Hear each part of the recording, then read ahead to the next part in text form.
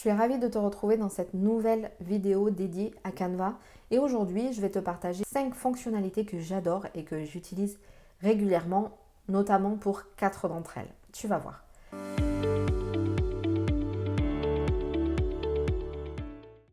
La première fonctionnalité, c'est mettre des contours blancs autour d'un personnage.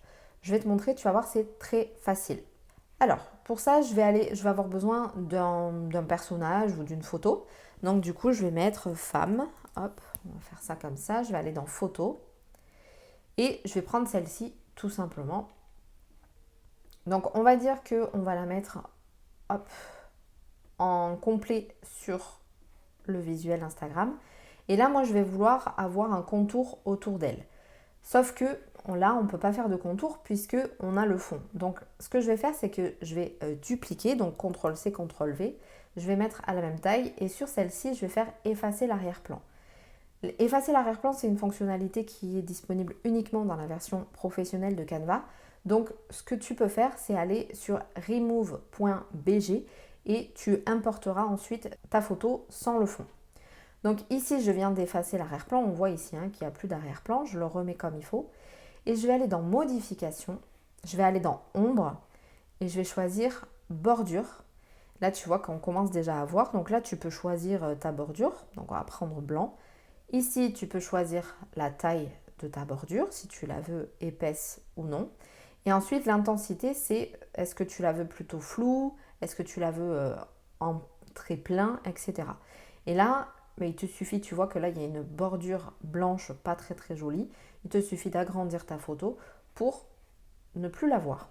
Donc voilà, tout simplement, tu viens jouer avec l'épaisseur de la bordure pour pouvoir faire une bordure comme celle-ci. Donc ça, c'était la première étape. Tu vois que c'est vraiment pas compliqué à faire. Pour la seconde fonctionnalité, on va parler aussi de détourage, mais c'est peut-être un détourage que tu as déjà vu sur les réseaux, c'est la façon découpage au ciseau d'un journal, un peu aléatoire comme ça.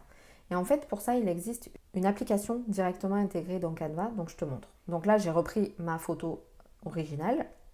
Je vais aller dans Appli ici et je vais écrire Shopee Crop. Et je prends le premier, comme ça.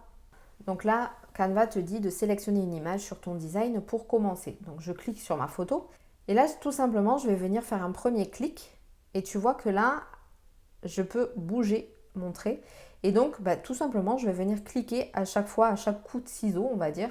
Donc je le fais de façon aléatoire.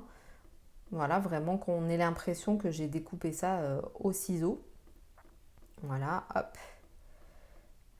J'arrive sur le bas de mon visuel et du coup je viens relier ici pour terminer et là on voit la preview, l'aperçu et on fait add to design et tu vois que là hop, si je supprime celle-ci tu as ta photo découpée au ciseau. Ça peut donner un effet sympa quand tu veux faire style un visuel type scrapbooking, des choses comme ça.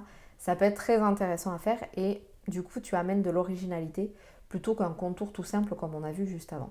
Donc ça, c'était la deuxième possibilité de faire des contours sur un personnage dans ton design. Je vais la mettre de côté et on va passer à la troisième fonctionnalité que je voulais te montrer. Peut-être qu'il arrive à des moments que tu aies besoin dans une présentation, dans un e-book ou pour une étude de cas, d'ajouter des logos sur tes documents.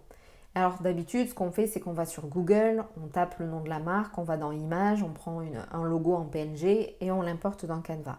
Maintenant, tu n'as plus du tout besoin de passer par Google puisque tu as une application qui fait ça dans Canva. On va repartir dans Appli et cette fois-ci, on va marquer Brand Fetch.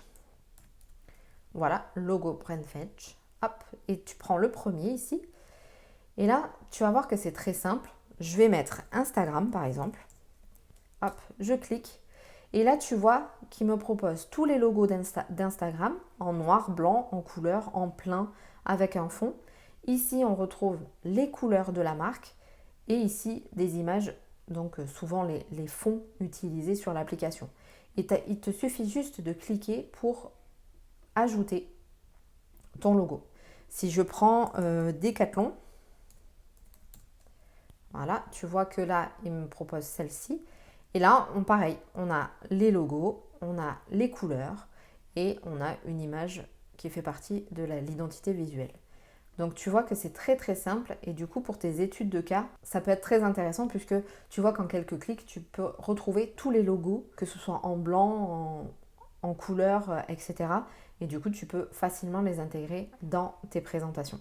Donc voilà pour cette application sur les logos. Maintenant, je voulais te montrer quelque chose qui est arrivé récemment sur Canva. C'est le média magique. Je l'utilise très très souvent. Et en fait, c'est tout simplement créer des visuels. Parce que tu sais que si tu veux aller chercher des visuels, tu peux aller dans Photos et là, tu cherches les photos proposées par Canva.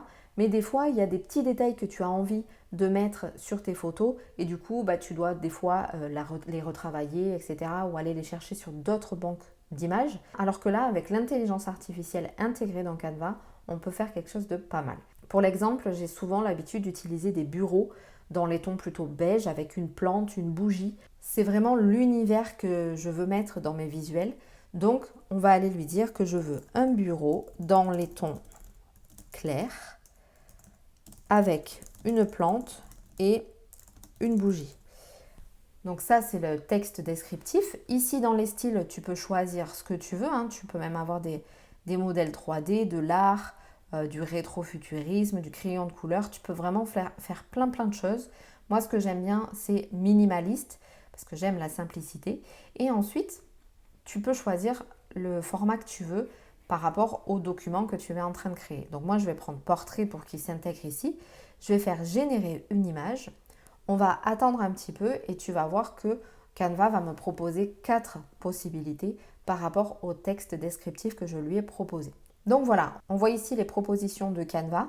Si tu n'es pas contente, tu peux modifier ici ton texte et faire générer à nouveau. Moi, celui-ci me convient parfaitement, donc j'ai juste à cliquer dessus et là, je vais venir tout simplement l'adapter à mon design. Hop, on va le mettre en position arrière-plan pour voir tout ce qu'on a fait entre temps. Et voilà, tout simplement, tu vois qu'en quelques clics, tu peux créer des images personnalisées du coup, puisque c'est vraiment en fonction du texte que tu as rempli. Et ici, derrière moi, on voit qu'on a des crédits.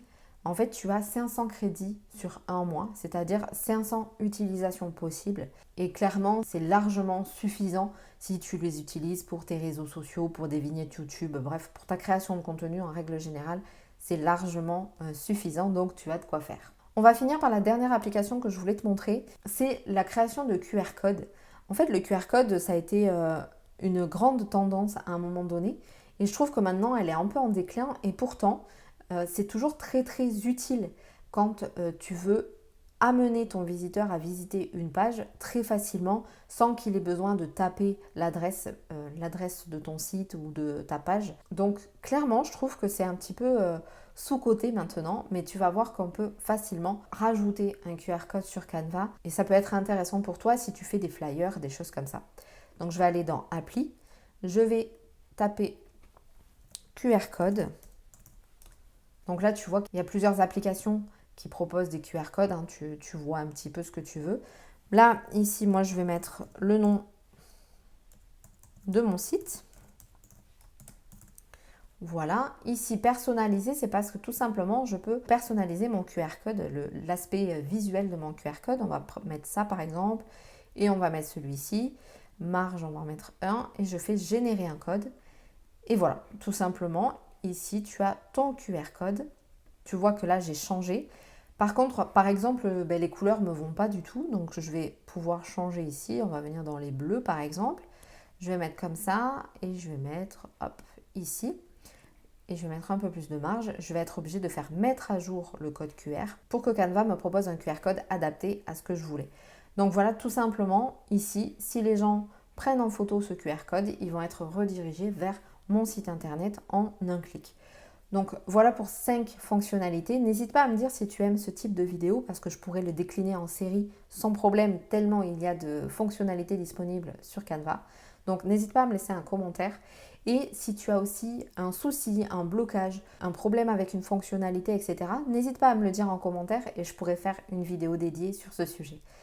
Voilà, j'espère que cette vidéo t'a plu. Je te laisse essayer toutes ces fonctionnalités sur ton Canva. Et en attendant, je te dis à très vite pour une prochaine vidéo.